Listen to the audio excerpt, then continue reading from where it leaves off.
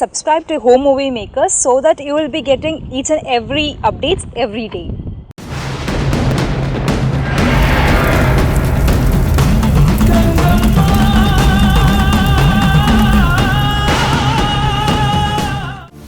பிரபா என்ன காதலிக்கிறேன்னு சொல்லும் போதே நான் மறுத்து இருந்திருக்கணும்.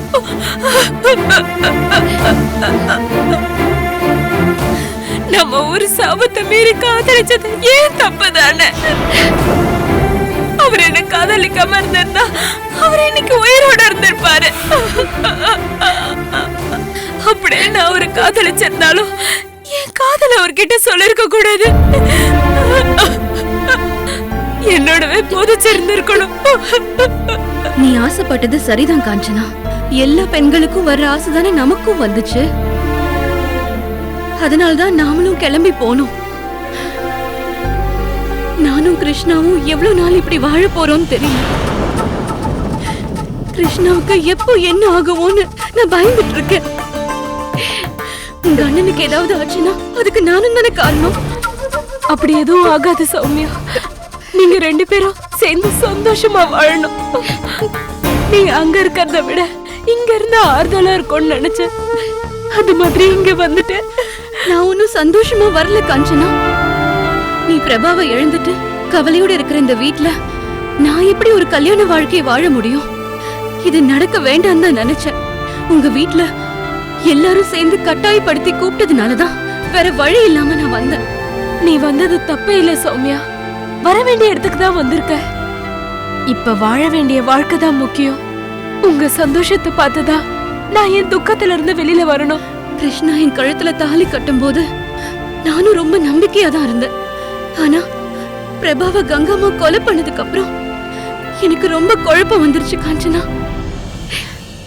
பிரபாவுக்கு நடந்ததுதான் கிருஷ்ணாவுக்கும் நடக்கணும்னு அவசியம் இல்ல சௌமியா. நம்பிக்கை எல்லாத்தையும் மாத்தி காட்டும். நீங்க ரெண்டு பேரும் தைரியமா இருங்க. நிச்சயம் நல்லா இருப்பீங்க.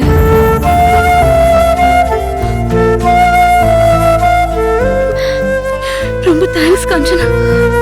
அழாத சௌமியா.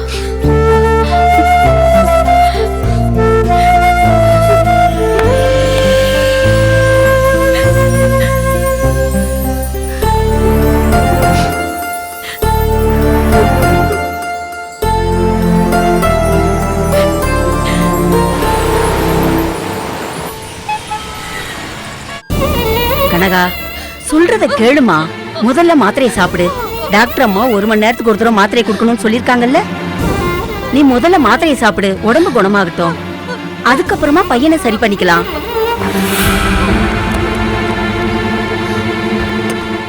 சார், உங்க அம்மா டேப்லெட்டே சாப்பிட மாட்டாங்க. 1 மணி நேரத்துக்கு ஒரு தடவை டேப்லெட் கொடுக்கணும்னு டாக்டர் சொல்லிருக்காங்க. இப்படி அடம் பிடிச்சா நாங்க எப்படி சார் டேப்லெட் கொடுக்கறது? டாக்டர் பார்த்தா எங்களை தான் சத்தம் போடுவாங்க. கொஞ்சம் டேப்லெட் சாப்பிட சொல்லுங்க சார். சரி. உன் பையன் நம்மளை விட்டு எங்க போயிட போறான்?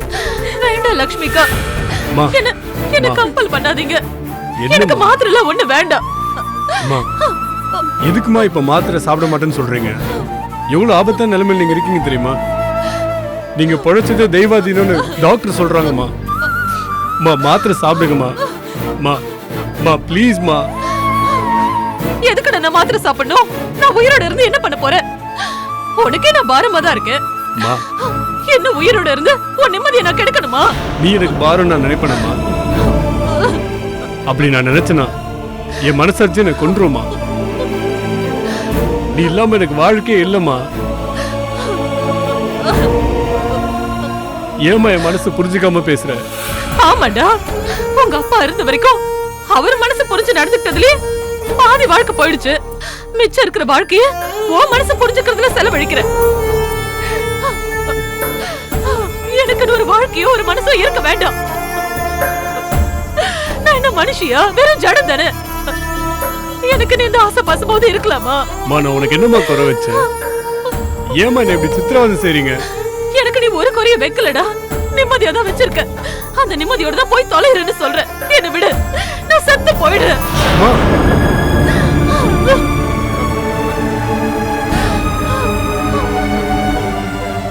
ஆண்டி, நான் என்ன பண்ணணும் ஆண்டி? ஏன் அம்மா இப்படி பேசுறாங்க? என்னால தாங்க முடியல aunty.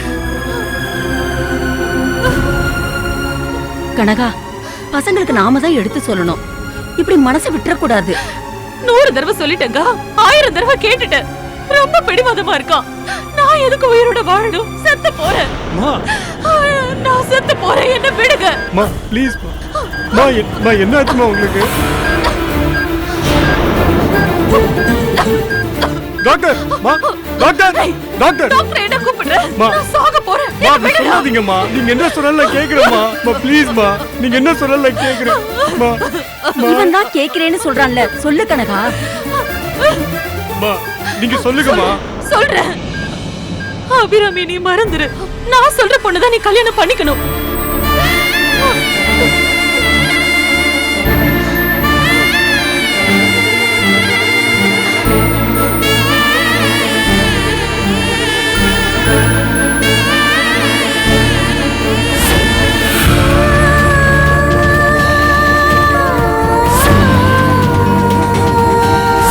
Ami, I love you. Ami, I love you.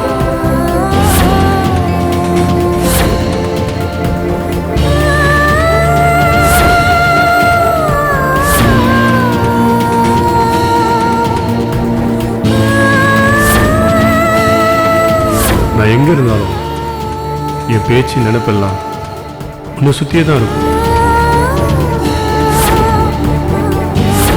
யார பார்த்தாலும் சிவாவை போலவே தெரியுது.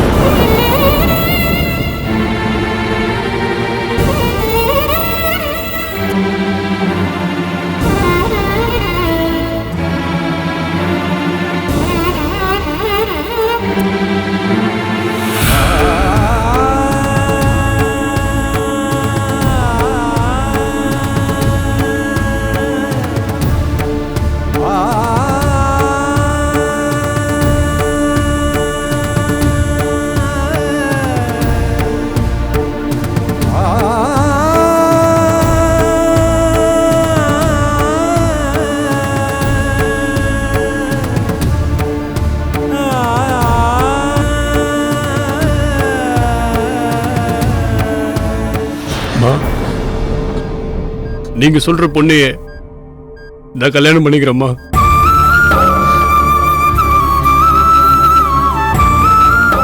ஆனா என்னால அப்படியே மறக்க முடியுமான்னு தெரியலம்மா. அவ பேசாம ஒரு மூலையில மனசுல இருந்துட்டு போட்டுமா. அதனால உங்களுக்கு என்னம்மா? நீங்க எந்த பொண்ணை கை நீட்டுறீங்களோ அந்த பொண்ணு கழுத்துல நான் தாலி கட்டுறேம்மா. போதுமாமா? சந்தோஷமா உங்களுக்கு? சந்தோஷம் வேணுமா உங்களுக்கு? சொல்லுங்கம்மா. அதான் சிவா இவ்வளவு தூரம் இறங்கி வந்துட்டான்ல, அப்புறம் ஏன் இன்னும் பிடிவாதமா இருக்க? மாத்திரையை சாப்பிடு கனகா.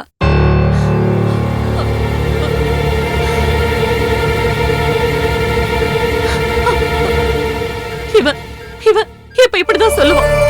அப்புறம் மாறிடுவாங்க. உங்க மேல சத்தியமாமா நான் மாற மாட்டேமா. நீங்க சொல்ற பொண்ணு நான் கல்யாணம் பண்ணிக்கிறேம்மா. சத்தியமாமா.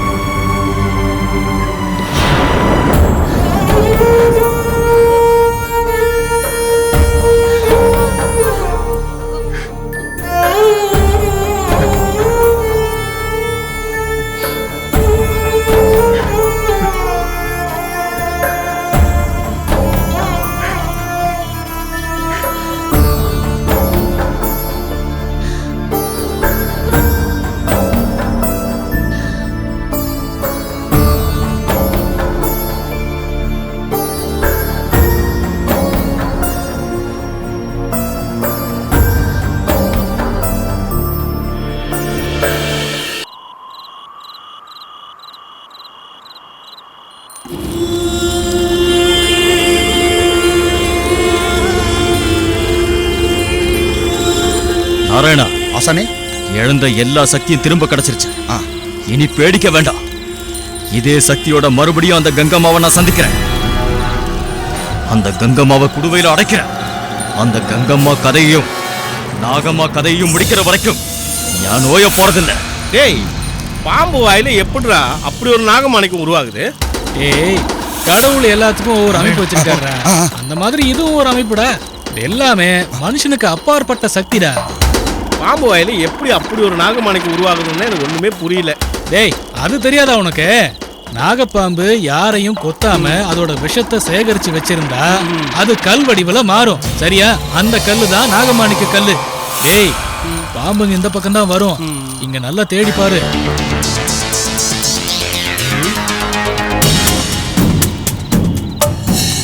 டேய் நாராயணா, நல்லா தேடுறா.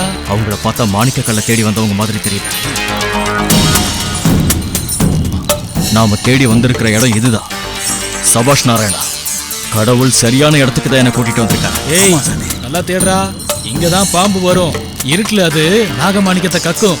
நாம அந்த கல்லு மேல சாணி போட்டு அதை எடுத்துட்டு போயிடலாம். என்ன, ஒரு இடம் விடாம நல்லா தேடு.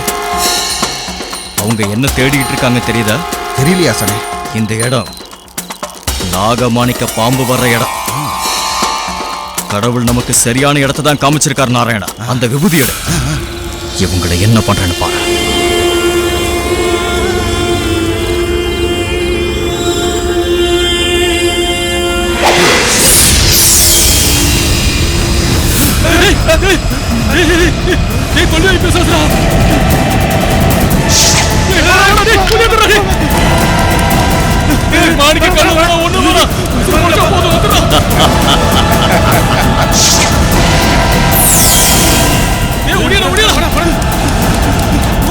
நாராயணா, ஆசானே, நம்பூதிரி இருக்கிற இடத்துல நாகமாணிக்க மாதிரியான ஒரு அற்புதம் வேற யாருக்கும் கிடைக்க விட மாட்டேன். ஏ ஆசானே, உண்மையிலேயே நாகமாணிக்க கல்னு ஒண்ணு இருக்கா? நாராயணா, நாகமாணிக்க நிச்சயமா இருக்கு. அது இங்கதான் இருக்காங்கிறத நாம பார்க்க போறோம். அங்க பசுஞ்சாணம் இருக்கு பாரு, அதை எடுத்து வா.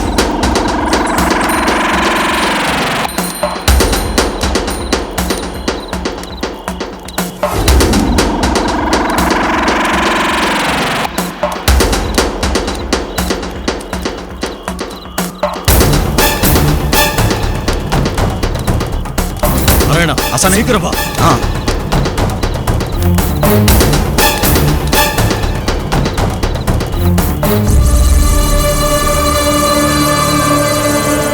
நாராயணா, இந்த நாகமாணிக்கம் ரொம்ப சக்தி வாய்ந்தது.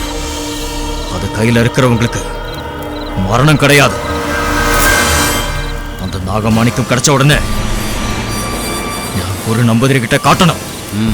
சரி ஆசானே.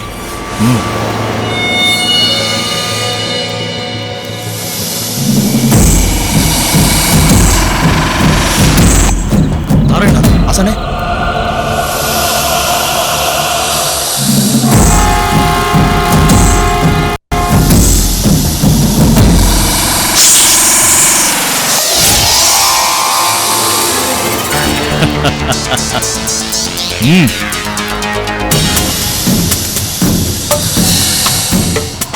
நாராயணா, சாணி அதுல போடு. சரி ஆசானே.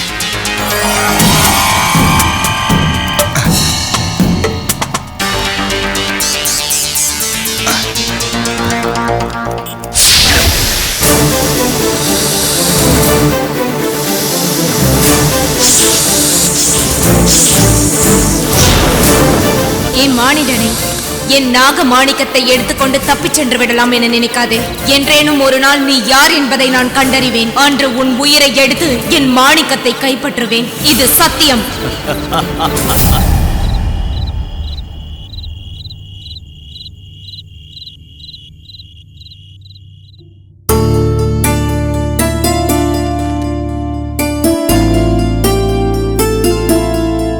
அபிராமி,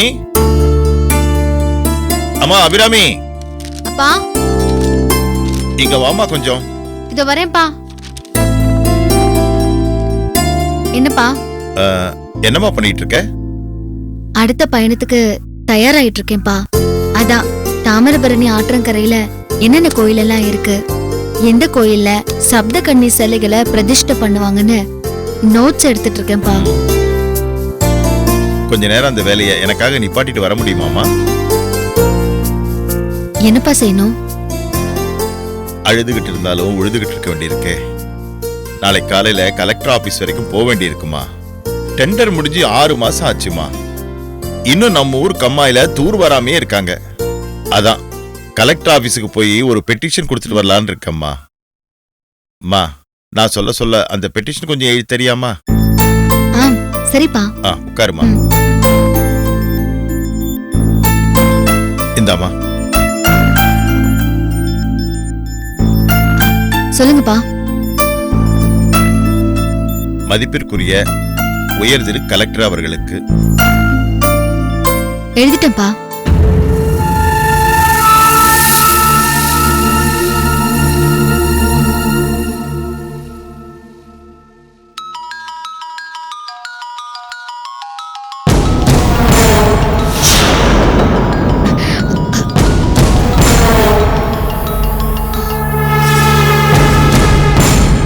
யாருமா போன்ல? இல்லப்பா, என் ஃப்ரெண்டு. ஏதாவது முக்கியமான விஷயமா இருந்தா பேசிருமா? இல்லப்பா, நான் அப்புறம் பேசிக்கிறேன். சரிம்மா.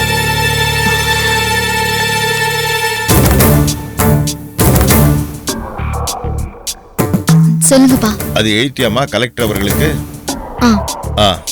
கன்னிகாபுரம் பஞ்சாயத்து தலைவர் ராமநாதன் எழுதுவது.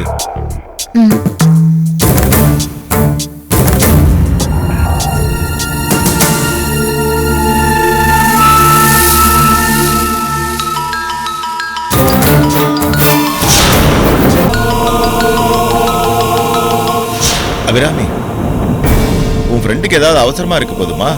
என்ன ஏதுன்னு பேசிரு. இல்லப்பா, ஏதாவது ஆபீஸ் விஷயமா இருக்கும். நான் அப்புறமா பேசிக்கிறேன். சரிம்மா.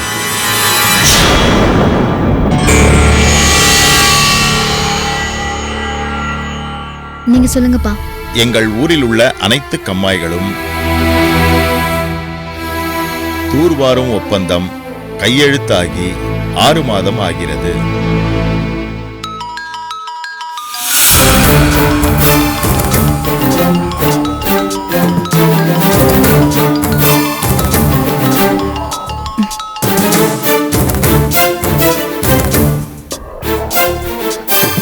அப்பா, என் ஃப்ரெண்டுக்கு ஏதோ எமர்ஜென்சின்னு நினைக்கிறேன். ஒரு 2 மினிட்ஸ் நான் பேசிட்டு வந்துட்டா? போய் சாவகாசமா பேசிட்டு வாமா. அது வரைக்கும் நான் கணக்கு பார்த்துட்டு இருக்கேன். வந்த உடனே எழுதுவோம்.